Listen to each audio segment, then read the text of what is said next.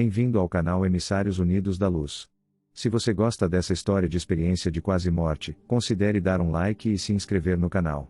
Agora vamos começar com a história. Como cientista, sempre acreditei que o universo operava como uma harmonia de mecanismos observáveis. Por causa da minha convicção de que a realidade deveria ser visivelmente evidente, eu não acreditava em Deus ou no sobrenatural. Enquanto crescia, meus pais, embora religiosos, me encorajaram a questionar a validade e a eficácia das crenças religiosas em vez de aceitá-las cegamente. Foi o fascínio dos meus pais pela ciência que galvanizou meu interesse no assunto e a razão pela qual, com o tempo, fiz da ciência minha prioridade.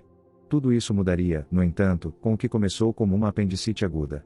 No dia da operação para remover meu apêndice, o medo de não acordar superou minha compostura estoica e, naquele turbilhão de emoções em que me vi envolvido, me perguntei se minha hora realmente havia chegado.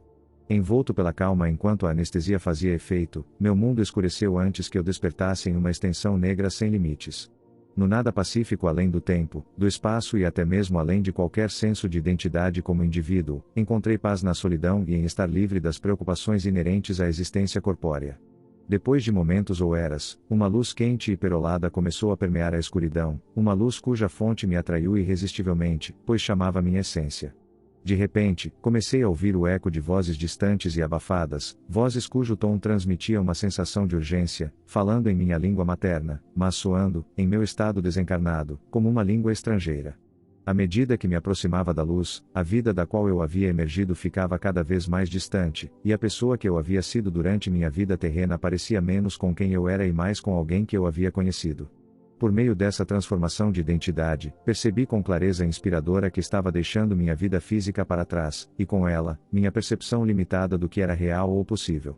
De repente, me vi diante de uma paisagem surpreendentemente bela, um espetáculo cujos elementos pulsavam com vida em uma sinfonia celebrando o amor e a beleza que deram origem à sua criação. À medida que sua harmonia ressoava profundamente em minha alma, minha experiência de unidade com essa vida serviu como uma confirmação mais profunda da realidade, superando os métodos vazios nos quais eu havia confiado. Enquanto meu coração cantava em concerto com a orquestra daquele lugar, um reino que só posso descrever como o céu, todos os meus preconceitos sobre o céu e a vida após a morte desapareceram instantaneamente.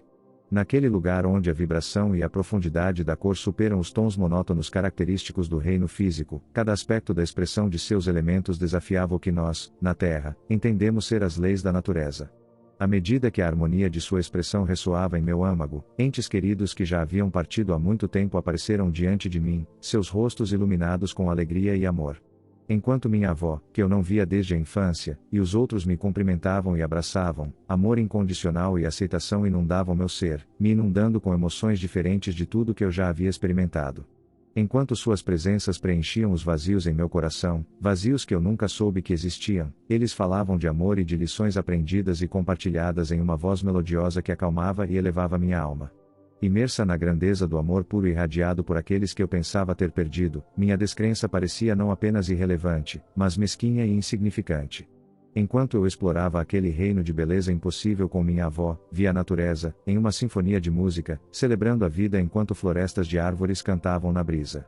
Vi pelos rios que brilhavam com a essência da vida a presença inspiradora de anjos, que ao nos notar se juntaram a nós. Os anjos, ou seres de luz, como preferem ser chamados, falaram sobre a natureza da vida e do universo, explicando que o amor é a força fundamental que une toda a criação. Embora minha mente se rebelasse contra uma tese tão simples, meu coração reconheceu a verdade em suas palavras. Eles explicaram que o céu não era um destino, mas sim um continuum através do qual a alma experimenta níveis cada vez mais elevados à medida que sua consciência se expande. Então os anjos me mostraram uma biblioteca com prateleiras que se estendiam ao infinito, explicando que cada livro era a história da jornada de uma única alma através do cosmos. Foi lá, naquele salão do conhecimento, que eu deveria passar pela experiência mais profunda da minha existência, uma revisão de vida. No coração daquela biblioteca celestial, minha avó me guiou para um espaço que parecia íntimo e infinito. Foi naquele espaço que eu testemunharia minha vida se desenrolar, não como um espectador, mas como um participante, sentindo não apenas minhas próprias emoções, mas também as de todos com quem eu já havia interagido. A revisão começou, e eu vi minha vida de uma perspectiva onisciente, mas profundamente pessoal. Cada momento, do mundano ao monumental, foi exposto. Senti o calor do abraço da minha mãe, a picada das palavras duras ditas com raiva e o efeito cascata das minhas ações que eu havia esquecido há muito tempo. Fui dominado por uma onda de emoções em resposta às memórias que afirmavam continuamente a interconexão de cada vida que eu havia tocado. Vi os momentos em que ofereci gentileza e como esses pequenos atos de compaixão floresceram em algo lindo e transformador para os outros. Por outro lado, senti a dor das oportunidades perdidas e dos momentos em que minhas palavras ou ações causaram mágoa, cujas ondulações se estenderam muito além do que eu poderia ter imaginado. Essa revisão de vida não foi uma acusação, mas sim uma reflexão ou chance de entender a profundidade e a amplitude do meu impacto no mundo. Os seres de luz, meus guias celestiais, ofereceram percepções compassivas e iluminadoras, e me mostraram que cada ação ou cada decisão era um fio no tecido do universo, um fio tecido na vida dos outros de maneiras que eu mal conseguia compreender. No meu estado de reflexão profunda em direção ao fim da revisão de vida, minha avó e os seres de luz ofereceram conforto e sabedoria, me ajudando a processar o que eu tinha visto. Eles falavam do amor como a essência do universo, uma força que transcende o físico e permeia todos os aspectos da existência. Também aprendi que a fé não era sobre adesão ao dogma, mas sobre abrir o coração para o amor e a compaixão.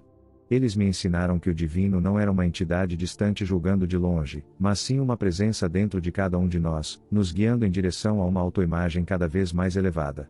Essas lições, tão simples, mas tão profundas, desafiaram tudo o que eu acreditava sobre o mundo e meu lugar nele, me fazendo perceber que meu ateísmo, ao mesmo tempo em que servia como uma construção e ímpeto para buscar a verdade, também agia como uma barreira para entender os mistérios mais profundos da existência, aqueles que a ciência sozinha não conseguia explicar. Quando chegou a hora de decidir se deveria partir ou ficar, eu estava dividida entre meu desejo de permanecer no reino celestial e meu desejo de retornar à minha vida terrena. Enquanto estava cercado por amor e compreensão, encontrei uma paz que nunca soube que estava faltando na minha vida e, por essa razão, desejei profundamente permanecer no reino celestial. Por mais que desejasse ficar, também podia sentir o chamado da minha essência acenando para minha alma retornar à terra para cuidar dos negócios inacabados que me aguardavam lá. Os seres de luz explicaram que, como minha vida é minha jornada no universo, a escolha era somente minha. Eles explicaram que se eu escolhesse ficar, poderia continuar minha exploração dos mistérios do universo da perspectiva da vida do outro lado, mas se eu retornasse à Terra, estaria armado com o conhecimento e os insights que adquiri durante minha estada e poderia ser usado para fazer a diferença no mundo. Foi a decisão mais difícil que já tomei e, no final, escolhi retornar, pois havia muito que deixei de fazer e havia tantas oportunidades de espalhar o amor e a compreensão que foram compartilhados comigo no reino do céu. Com a promessa de lembrar e compartilhar as lições que aprendi, dei um passo para trás no vazio e em direção à minha vida na Terra. Lembro-me de acordar no quarto do hospital com os sons de máquinas apitando, o cheiro estéril de antisséptico e as expressões de alegria e alívio nos rostos dos meus familiares. Meu corpo doía, servindo como um lembrete gritante dos limites físicos que eu havia transcendido brevemente. No entanto, dentro de mim, havia uma leveza e um profundo senso de propósito que eu não havia experimentado antes. À medida que me recuperava, descobri que o desafio não era lembrar das lições da vida após a morte, mas integrá-las à minha vida diária. Os meses seguintes à minha EQM foram um período de profunda mudança, pois abordei meu trabalho com uma nova perspectiva, buscando não apenas descobrir os segredos do universo, mas entender como essas descobertas poderiam elevar e unir. Meus relacionamentos se transformaram à medida que compartilhei minha experiência, não com a intenção de converter, mas para oferecer um vislumbre do amor e da unidade que me foram mostrados. Céticos e crentes foram tocados pela minha história, encontrando nela uma mensagem de esperança e conexão que transcendeu os limites da fé tradicional. A jornada do ateísmo para uma profunda compreensão espiritual não foi isenta de desafios. No entanto, a cada dia que passava, descobri que as lições de amor, compaixão e unidade eram universais, lições que ressoavam com pessoas de todas as esferas da vida. Ao compartilhar minha história, espero oferecer não apenas uma prova da vida após a morte, mas também um testamento do poder do amor para transformar e curar. Minha jornada além da morte me ensinou que o divino não é encontrado nas páginas de textos antigos ou nos salões de culto, mas sim nos simples atos de gentileza que oferecemos uns aos outros. É uma lição que carrego comigo, um farol de luz em um mundo que, agora mais do que nunca, precisa do calor da compreensão e do brilho da compaixão.